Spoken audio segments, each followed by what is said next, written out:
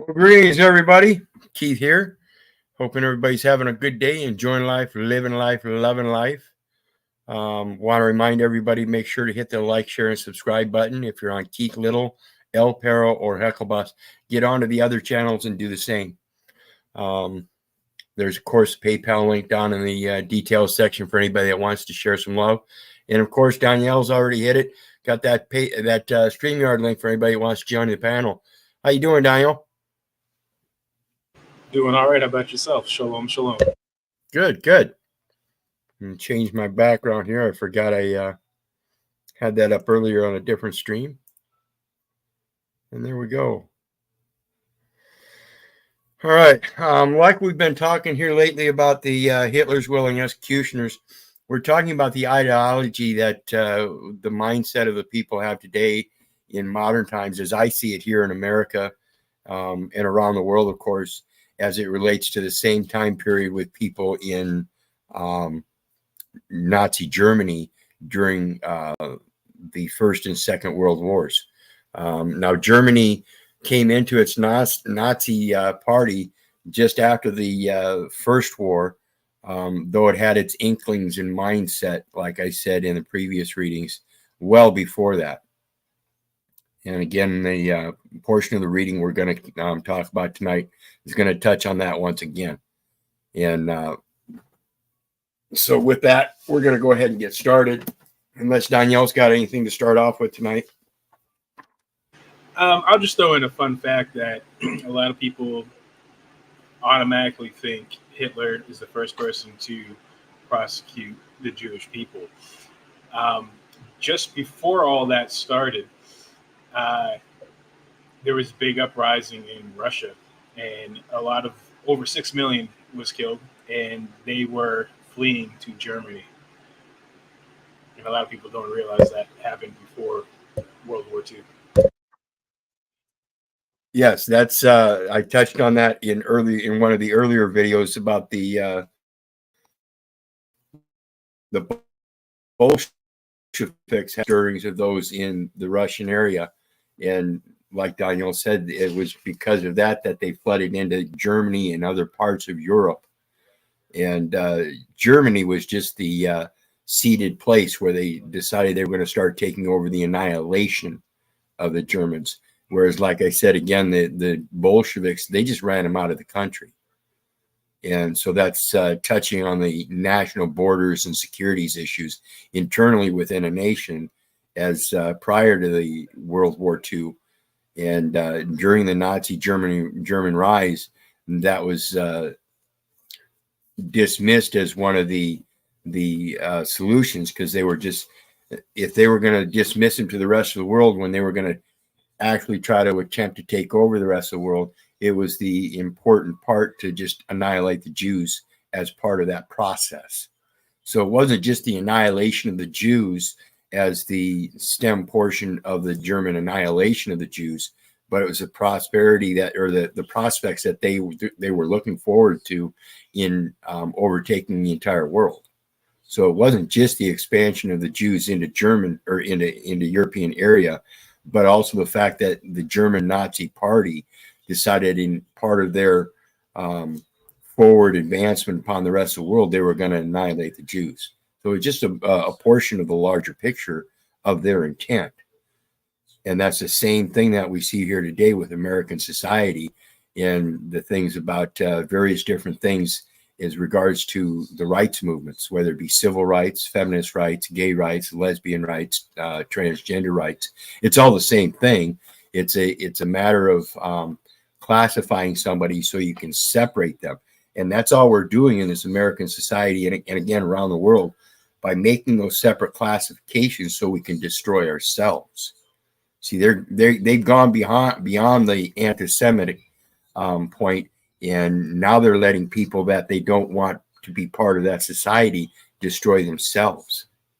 So I hope you guys see that, because again, that's today's modern willing executioner, no matter what you want to call them. So tonight our reading starts on section 3. Eliminationist anti-Semitism, the common sense of German society during the Nazi period. And I want you to know they've got common sense in quotes, because that's what we're using today is our common sense ideologies saying, well, this is right or this is wrong. And you just can't do that. You're using ad hominems for those rights and wrongs. Should tell you already that you're wrong. If you're going to use any ad hominem, I would hope it would be the sense that we're all of the same source of life. So think about that. And it says, by the eve of the First World War, a discourse, namely a discussion structured by a stable framework with widely accepted reference points, images, and explicit elaborations, had for over 30 years been in place with regard to the Jews. So it had been in place since 1910 or so. And that was, like Daniel was saying, it was after the expulsion of Jews from the Russian areas. The consolidation of this discourse, the forging of a common set of assumptions and beliefs about Jews, the solidifying of the Jews as a cultural and political symbol, one of decomposition, malignancy, and willful evil, meant that it was well nigh impossible to discuss Jews except in the frame of its reference. And this is what I posed several times now, is that you can't pose the Christian views without placing in it as its framework the very fact of anti-Semitism as its origin. It was distinctly an offshoot of the Jewish religious and beliefs, because a certain part of the people had a different ideology. And so today we see the same thing again. Racism, feminism, gay rights, lesbian rights, those are just ideologies that are offshoots from the original ideology of being human. They're just different classifications. And the more people that cling on to those classifications as, say, you're born on the American soil, you've got white skin, your mom and dad are Catholic, and you want to grow up and say that, no, and you're male, and you grow up and decide that, no, I'm a black female Muslim. You can't do that. You can't place yourself in those classifications. They're not real. They're not true.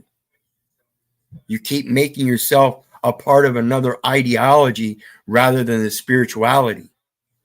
And that's the classification. That's your own design. That's your own belief.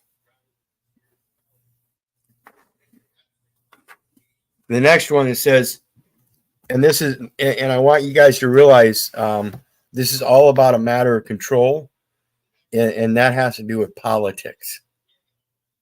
Politics as the main line. And it says the Nazi Party was the most radical political party to gain control of a government in European history.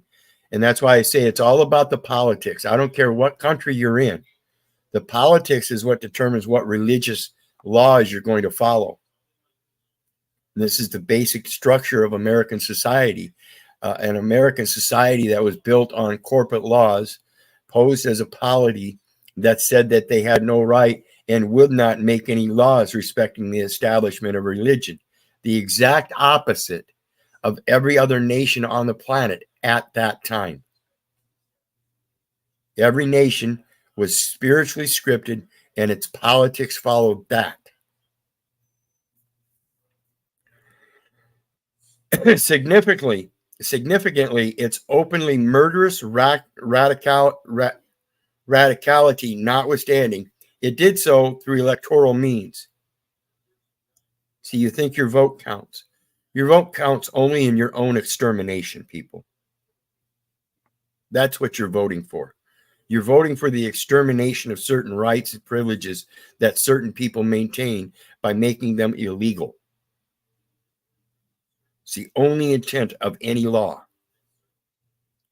The National Socialist German Workers' Party, as the Nazi Party was formally named, was founded in the German Workers' Party in Munich on January 15th, 1919.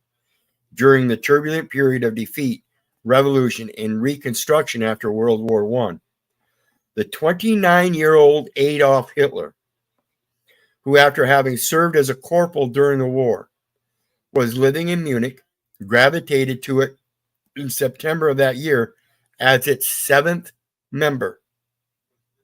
Hitler was the seventh member of the Nazi German Party, and he was put in charge of the party's propaganda by 1921.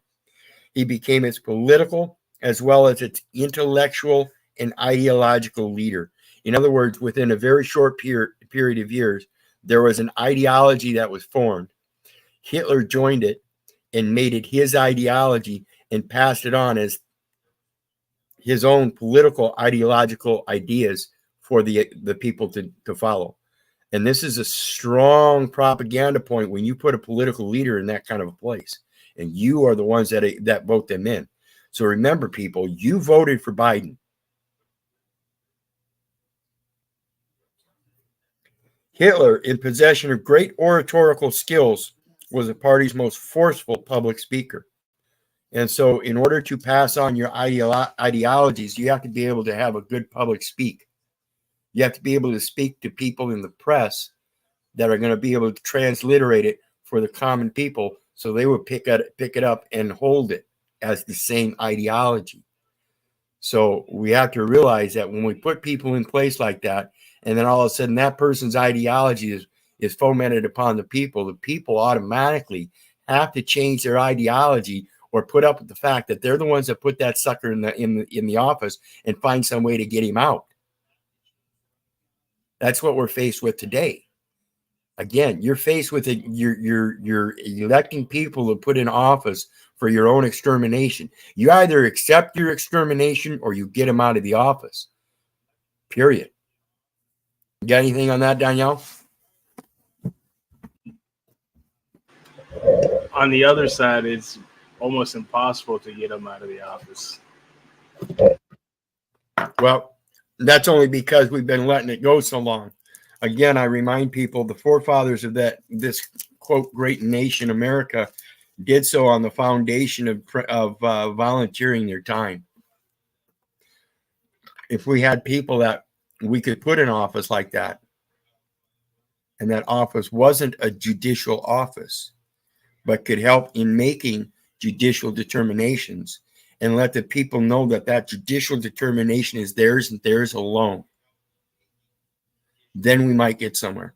But until then, we're working on an international forum that works on as the judicial administrator. That's the IMF, the UN, Postal Congress, with the ISO codes for all the different nations, saying that this nation's got a value system here. And your value system is the title of the language that you're using that passes or transliterates the value in the words. That's what your monetary system is based on, is on the words. And if you people don't understand, when I say coin your words or purse your lips, I mean it. I mean it. Because you're following words of a nation that place a value in them by their definitions and the different uses of the definitions. I was in this conversation earlier on Paul's show with RT talking about commerce. If you don't understand the concept of commerce in the laws, as opposed to the definition of commerce that you see in other dictionaries and stuff, and the way you interpret it is not the same way, then you're the one that's using it wrong according to the commercial system that's being applied. The commercial system that's being applied has specific definitions. The language is specific and the law is specific, but your opinion doesn't matter. So think about that. It's important to remember that, again, if you're gonna be the ones voting these people into office and they're the ones placing the ideologies and you're just grasping them, you're the one that wanted those ideologies, because you don't have your own true ideology. If you did, you'd already know the value, and you know the value of your vote and not voting in an electoral system where everyone is paid an emolument. That's why I've never voted in my life. Yeah, me either. I'm in. You know, I learned the electoral system and how it worked was basically based on the people's opinion, and then that opinion only mattered if it matched up with the electoral electors, voters. The ones in the electoral college have an opinion as well, and as long as the basic composition of the public opinion matches theirs, they go ahead and pass those votes. But if they don't, they have it in there that they can strike those votes and put their own vote on that record. So they can dismiss thousands of people's votes for the Democratic leader and place one vote, their vote, for the Republican leader. They can all do that across the board. It's their opinion that counts. They use your opinion to see if it matches their opinion. And if it doesn't, they have a weights measure system that says, well, if we do this and it goes against the people, how likely is it that they'll rise up against us? And they come very close to that with Biden. That's why they're still trying to placate that Trump is somehow guilty of some kind of crime. And so they're putting through there's no way they will convict him on any charge. None. Not one. As it relates to January 6th and the voting and stuff, they won't be able to pass one charge onto him. Not one. I guarantee you. Watch. You watch how it turns out. I got my own views on all that. It's far different. I think this is all planned. They always put stuff in our face to show the future. Are you old enough to remember a magazine called Heavy Metal? Oh, yes. In the 1990, in one of their magazines during that year, they put in a really lengthy comic strip that literally depicts everything that's going on today with Trump, with him going into office, to being a people person, to turning around and being, or to empty the deep state, to being the population or the popularity being reversed to being kicked out due to the deep state, and only to side with the people to create a revolution to overthrow the bad government. They even had a damn wall that Trump built the damn wall. And this was back in 1990. Yeah, and another thing I want to express to you guys is that with the way things are going, I have no doubt in my mind that it's very likely, very probable that in this run for presidency, somebody may very well make an attempt on Trump's life, either during the campaign or after he gets elected, if that's the way the course runs. That's how tumultuous this whole situation is, with the people, like I'm expressing here, being willing executioners. If you're so willing to follow the voice of one man and do what he says and overcome your entire value system, then you're the one that's creating the enslavement. You're the one that's creating that decimation. You're the one that's creating the downfall. You're the one that's creating the pitfalls. You're the one that's creating the confusion. And we know this time and time again, and I don't know why people don't pick up on it. Gosh, it seems like every time something major happens and people decide the lawmakers have been doing things wrong, all of a sudden they raise their hands and praise God for allowing the lawmakers to make more laws. I just don't get it. I just don't get it. So it says, during its Nazi period, German anti-Semitism took predictable turns. And this is what I'm telling you about the civil rights leading movement, the feminist rights movement, gay rights, lesbian rights. They're all predictable. It's all happened before in different venues, in different ways, and we've seen it before. We're just not recognizing it as it pops up in different venues in different ways. It's still the same thing. It's an ideology that has false grounding. Harnessed now to a state occupied by the most virulent and dedicated anti-Semites ever to assume the leadership of a modern nation. And this is what you're doing.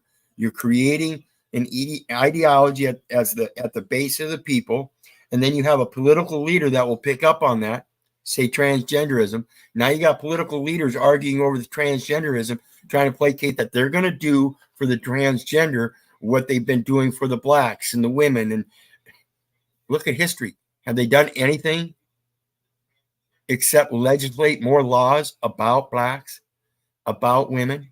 Women, you think you needed equal rights? You got them. Get out there on the fucking wrestling match and start getting your ass kicked, you dumb bitch.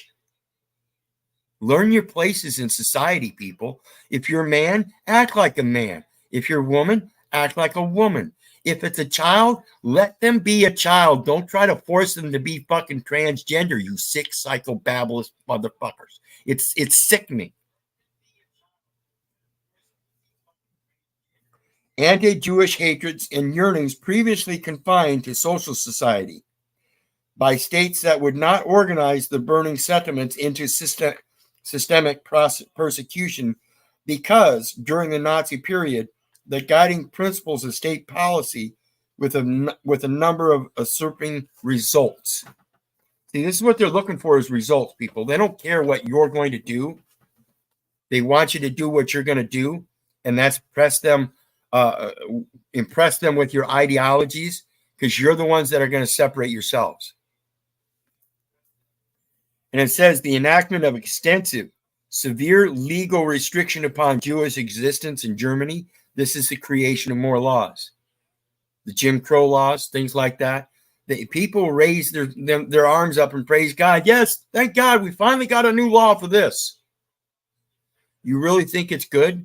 I remind you of the plastic straws and paper wraps that they legislated out of use, and then they started using paper straws and plastic wraps and totally ignored the bigger picture of the plastic cup and plastic lid that they stick that straw into. It's just stupid.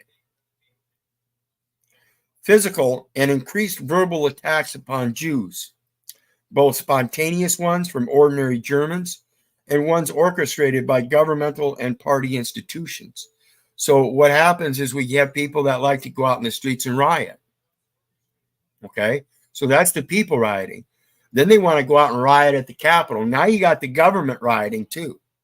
See how that works? Now the government has to make new laws to keep people off of government property. You ignorant fucks. A further intensification of anti-Semitism within society, the transformation of Jews into socially dead beings. What do you think the 14th Amendment did? It didn't free the black man. It made slaves out of everybody doing the same thing. It made socially dead beings that people could operate with, and nobody recognizes what that is. It's the person. They blatantly put it out there. It's a public advertisement that you have a person, but they did it so eloquently in their 24th grade reading level that the common American doesn't understand above 7th grade English. Says, oh, okay, that sounds good. Yeah, that sounds good. Yeah, I'll sign that. I'll buy that for $1. Yeah, I'll sign that. I'll sign that. Yeah, I'll agree. All you're doing is agreeing to your own fucking mental slavery. A society-wide consensus, which is the base foundation, or which has a base foundation of census. Okay? Everybody wants to agree that this ideology is good or that ideology is bad. That's your consensus. You're giving them those data elements. You're creating the census. You're creating the statistics. You create the new statistics when you create a new classification. Oh, I think I'm transgender. What's this pangender shit?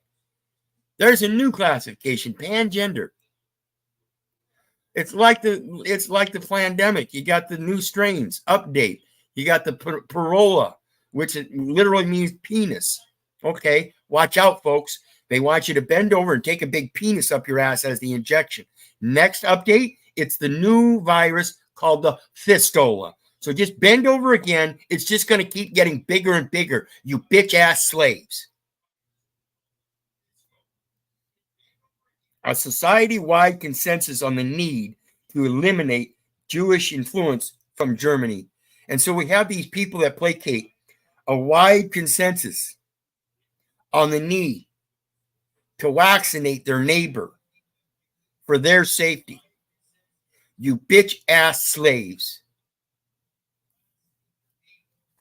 It's sickening, sickening, sickening. You got anything on that one, Daniel? I don't want to take up too much of your time. I can go for hours on that one. Please, please. I always appreciate the conversation. I think you bring good shit to the table. Sorry, I have my cat jumping on me too.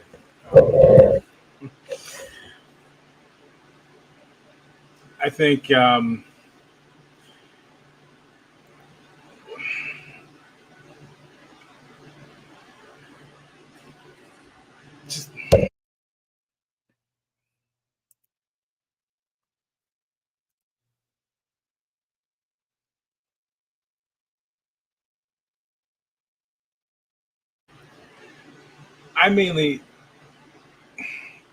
so I understand all this, and I 1,000% agree. But there's going to be coming to a point soon where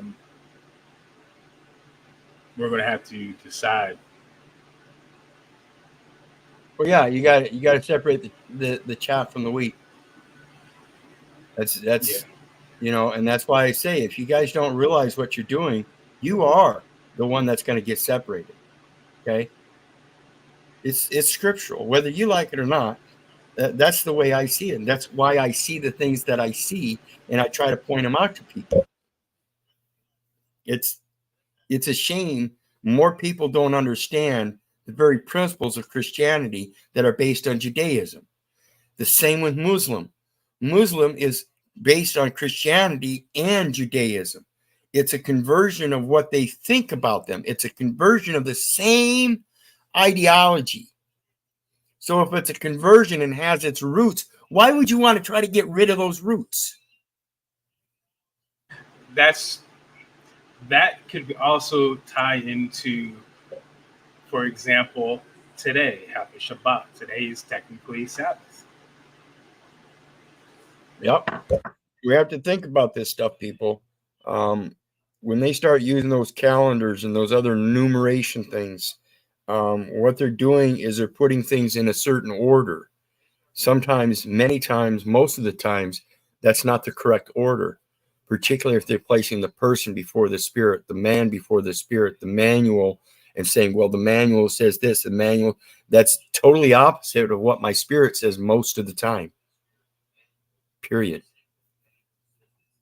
So the next part says, the unsystematic nature of the legal measures taken against the Jews during the first few years of Nazism, and particularly the uncoordinated and often wild attacks upon Jews, which, according to the government's own reports, occurred in every administrative district and in almost every locality, did cause many Germans to feel unsettled.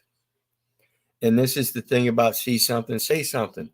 If you feel unsettled and because you see something, don't you think you ought to say something? The reason you're unsettled about it is because you're not in your heart know there's something wrong.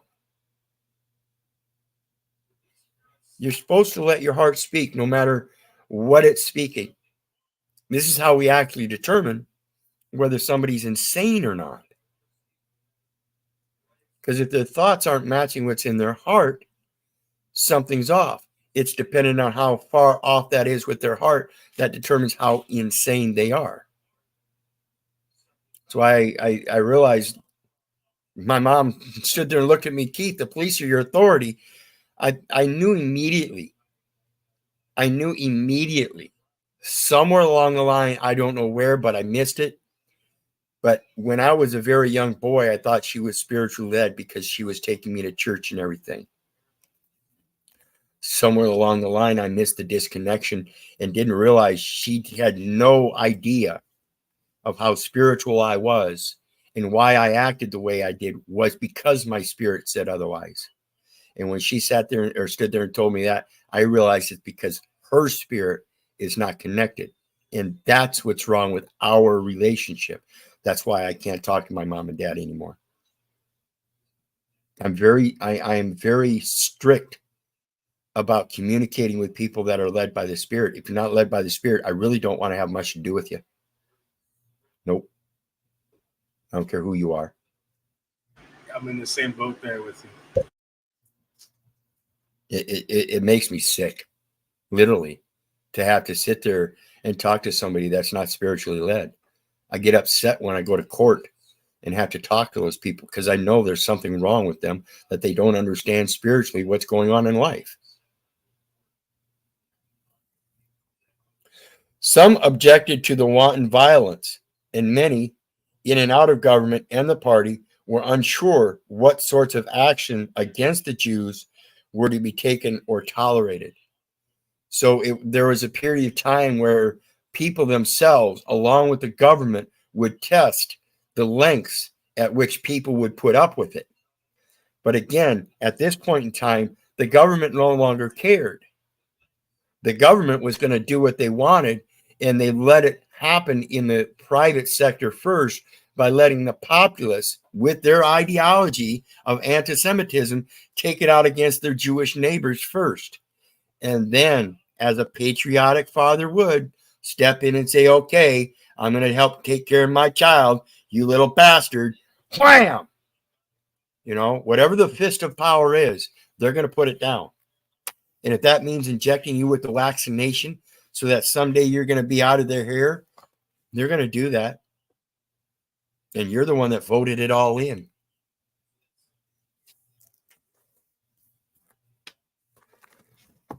The next part, it says, it's two measures, the Reich citizenship law and the law for the protection of German blood and German honor, stripped the Jews of their citizenship and forbade new marriages and sexual relations outside of existing marriages between Jews and Germans. And what I want to point out here is that Germans is not a religion. Jewish is. The Jews are not a national people. They are religious people, and they spread among the earth. You will not find one nation that is named Jew. Okay? Never has been. It's the name of the people, whereas Germany is the name of a country. And if you guys don't understand that, you won't realize how it's the power of the polity that took over religions in these nations. Even though their laws are based on scripture, it is the polity that took over that and now poses as the power. And that's because the people had the ideology of consistently and insistently electing a king to make those choices for them. And again, that's your own fault. You're the ones that keep voting it in. And it'll keep happening until there's enough people rise up and say, I've had enough. I'm not going to vote. I'm going to govern myself, and I'm going to show my friends and neighbors how to do that. And it's not, again, until there's enough of us that can stand up separately. It's not something that we can come together and pound together and make happen. We have to do it individually, one at a time, because that's the only place you're going to be able to show the power of an individual is in the individual. When you try to pose power in a group, it poses that the power is dispersed from the group. You have to be able to maintain your own power. It goes to the chain is only strong as the weakest link. So if you're as strong as possible in the individuality, that's the strongest chain. That's the strongest link. You don't have to link up with others. You just be a link.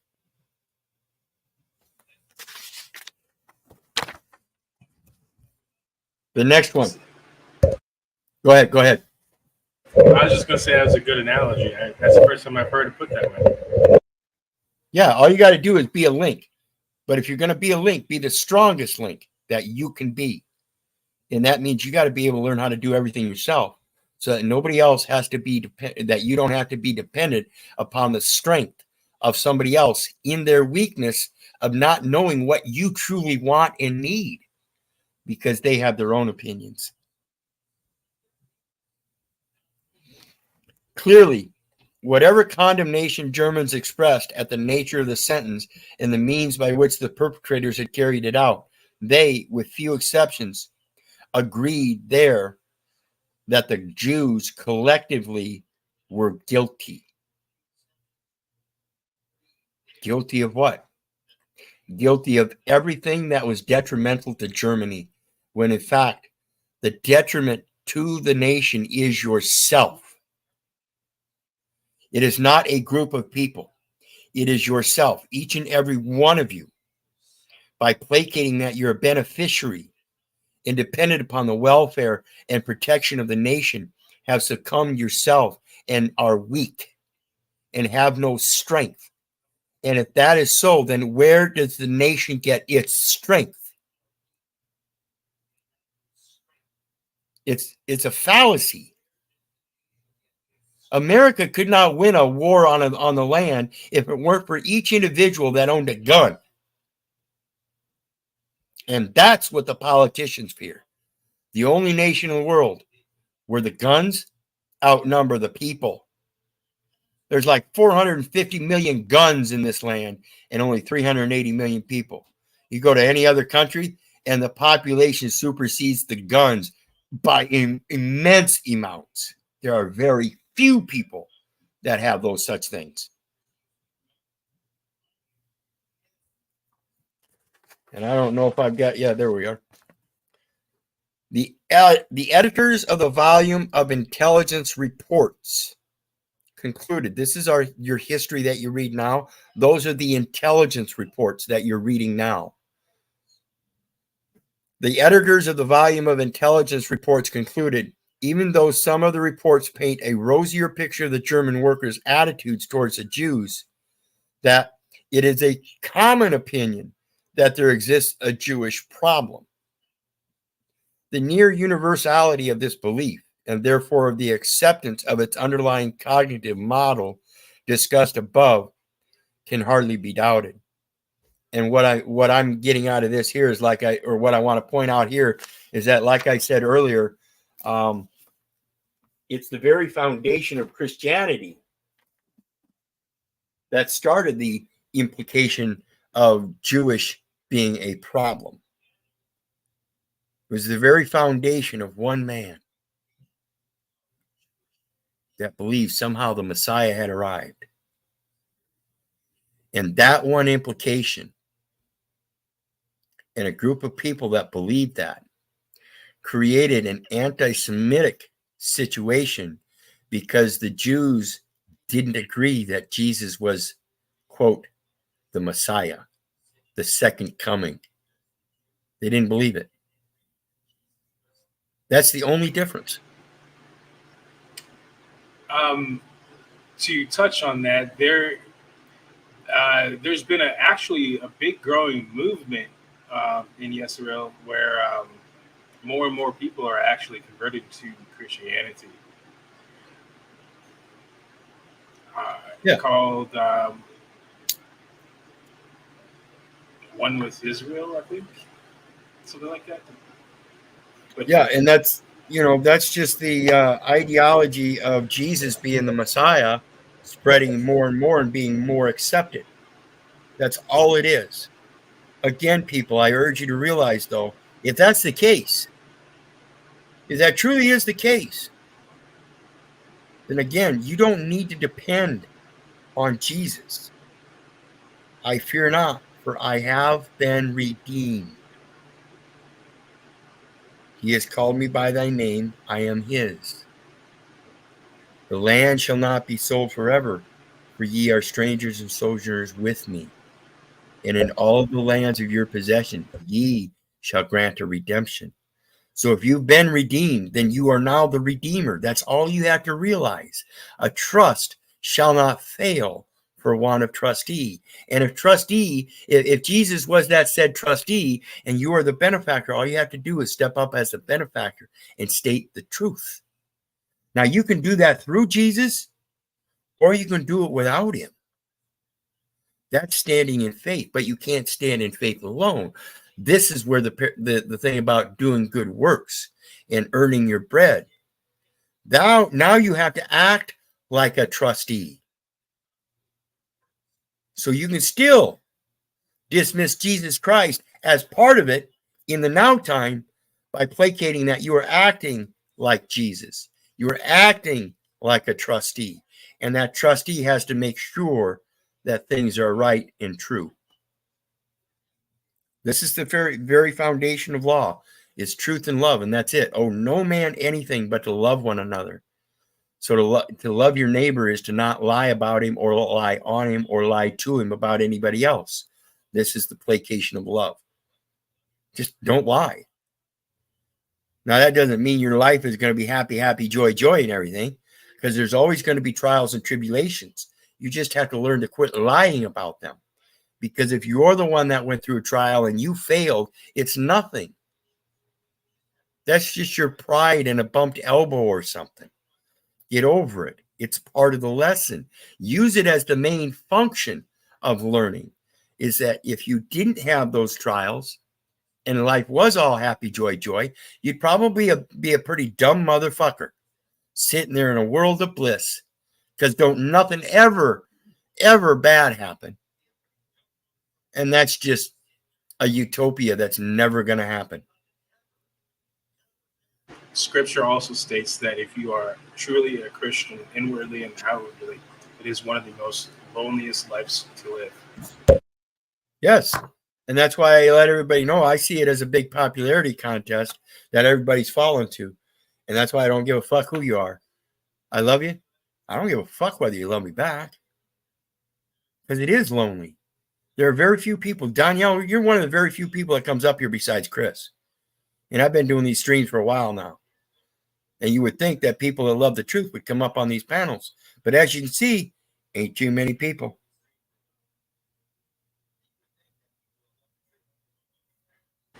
There also be a lot of people are scared of their face being out there. Public speaking fear, type fear. I know I have that myself, but it's not that difficult to overcome. Yeah, I was going to say, just that's part of growing into this spirituality, is overcoming the fears. So if you're a spiritual being and you're going to profess that you're a spiritual, who are you going to do? Or what are you going to do? You're going to go to the closet and profess it in a closet? Or are you going to profess it to your neighbor out in public? Because if that's what you're supposed to do, then why aren't you doing that? And why are you placating that you don't want to show your face in public? That's placating that you don't know the spirit of the word and you're not going to put forth the spirit of the word, or that you do know it and you don't put forth the spirit of the word and don't want to. I think that's inherently backwards. If you want prosperity, you have to speak of prosperity. It's the same thing with the guy that wants to be able to feed himself for a lifetime.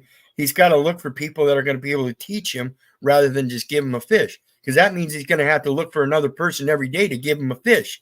But if he can find one person that can teach him how to fish, he can learn how to fish and do it all of his life. And then every day he can teach somebody else how to fish. What about that propensity for prosperity? That's immeasurable.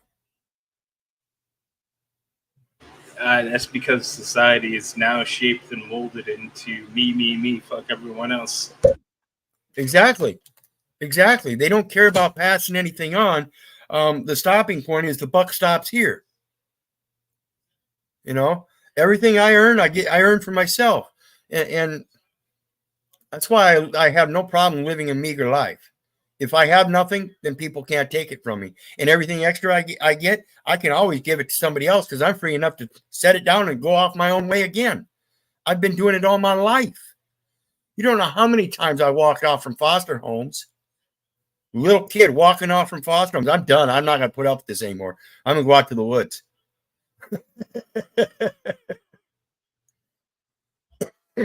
It's amazing how people in their adult life won't do that, though, because they're afraid of the woods, because they've now been indoctrinated into living in a society that they're dependent upon. That's the sad part. I can guarantee everyone that's watching living in the woods is actually very fun, relaxing, and mind opening and altering. Very much so. Very much so. I just personally did that for almost 2 years. I've been back into society for about 7 months now. Really? Yeah. Awesome. Because I did that, I talk to you about the trip I made to the mountains for 7 months. I also did a trip down to the Ozarks for a couple of years, wading around in creeks and stuff. I had a couple of friends down there. They helped me out a bit while I was there, but so it was different than the mountains. But at the same time, it was pretty much on my own, out in the rivers and valleys and stuff, checking everything out. And when I was at their place, I was doing my research and everything, and still doing videos and stuff. But there's quite a bit of time that I used as a recourse for my spirit, and we need to do that. Without that, we lose touch with that spirit, and that's that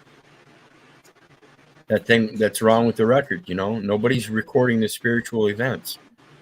They're recording the manual events, and that's all they're concerned with. That's the profit of a man. That's the wealth of a man. That's keeping up with the Joneses. Well, how did he live his life? I don't care how you lived your life unless it was a spiritual life. Anything else? I care less. I don't want to hear about your fucking car collection.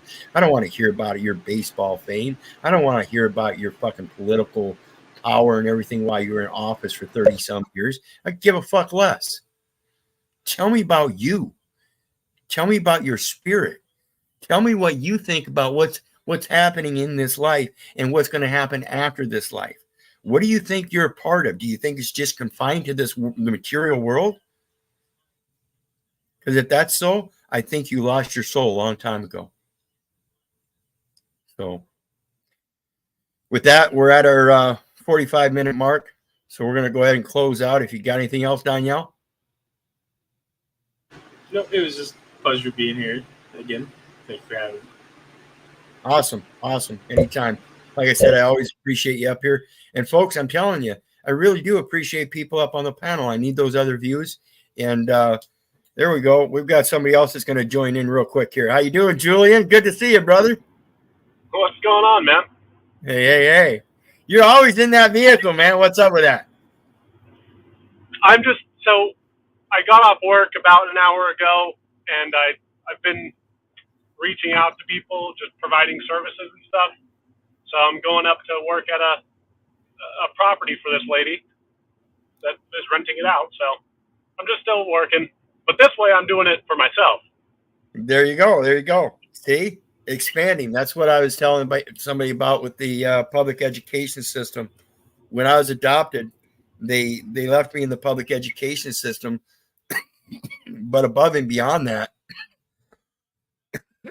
they also homeschooled me. So it was literally like a 24-hour training course with my mom and dad, where they'd send me off to public school. And then when I got home from school, do the few chores that I had at home, and then I'd go do my paper out. Then when I got done with my paper out, I'd get home, do my homework. But the homework, instead of using school books, I dug out from our own library. And then, of course, in the summertime, there was always the garden planting and time with Dad teaching me about mechanics and stuff.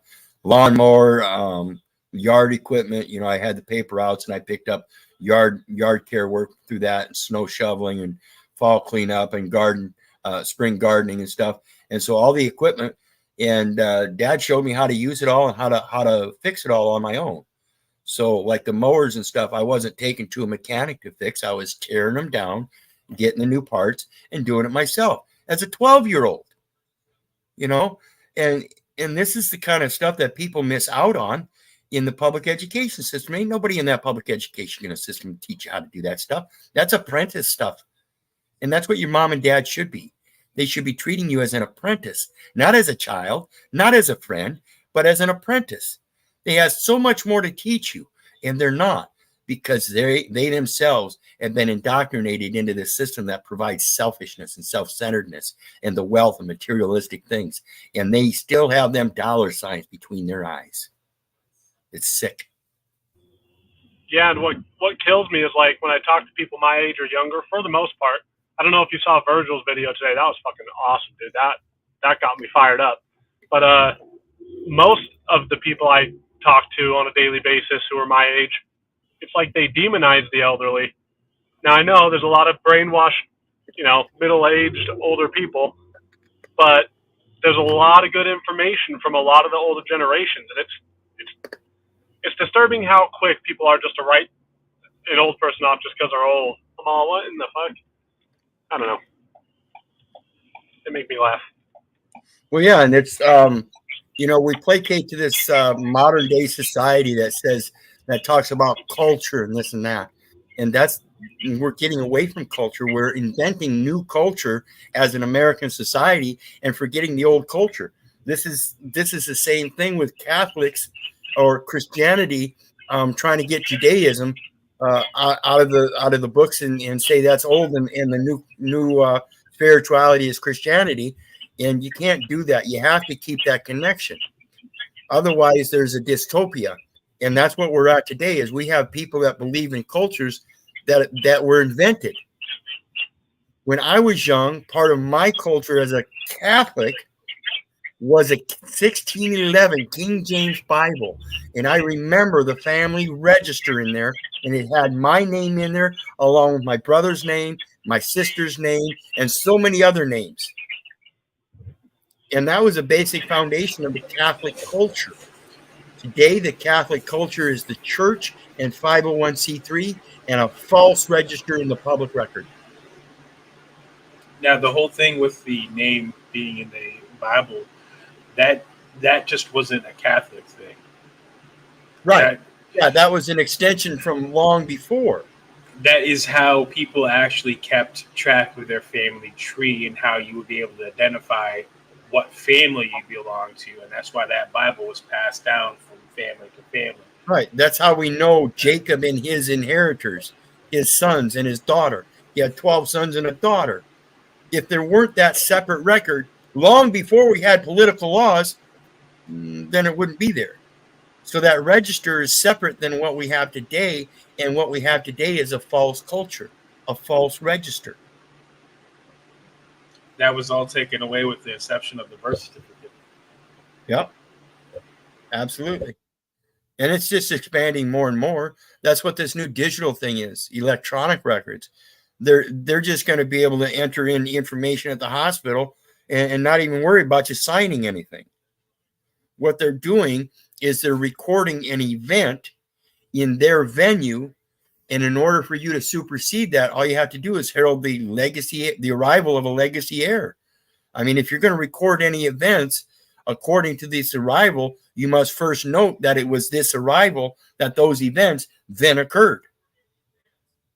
It was upon the discharge of a man from his mother's waters while she was bearing the labor pains of the spiritual making and rendering of that man, who now took his first breath of life and is now a living soul. So if you want to keep that manual record and have it established for his later use in life, that's fine. But the knowledge base is there now that there is such an establishment, and this is what it's for. This has been established before that, and this stands superior. This is the part that's missing. Nobody's making that prior establishment and its superiority. It's sickening. All right. Go ahead. You always have something to say. I'm going to let you say it, brother. To put a geography sense to all that as well, one could say the same thing about Maryland and Virginia being Virgin Mary. And another fun fact that D.C. used to be called Rome, Maryland, before it was renamed to Washington, D.C. Yeah, District of Criminals. Criminal conversions.